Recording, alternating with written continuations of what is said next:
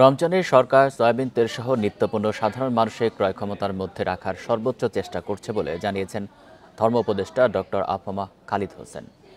দুপুরে সিলেটে হাওর অঞ্চলের জীবনমান উন্নয়ন সম্পর্কে ইমামদের মাধ্যমে উদ্বুদ্ধকরণ বিষয়ক বিভাগীয় সেমিনারে তিনি একথা বলেন। এ সময় তিনি আরও বলেন, হাওর অঞ্চলে প্রাণ প্রকৃতি রক্ষায় অগ্রণী ভূমিকা রাখতে হবে ধর্মীয় নেতাদের, বিশেষ করে মসজিদের ইমামদের এ বিষয়ে সাধারণ মানুষকে সচেতন করার দায়িত্ব নিতে হবে। মসজিদে খুতবা প্রদানে আরও বেশি জনহিতকর বিষয়গুলো তুলে ধরারও আহ্বান জানান ধর্ম উপদেষ্টা ডক্টর আফামা খালিদ। সমসাময়িক রমজান মাসে যাতে নিত্য ব্যবহার্য দ্রব্য সামগ্রী জনগণের ক্রয় ক্ষমতার ভিতরে থাকে, এ ব্যাপারে আমরা সরকার অত্যন্ত সচেতন।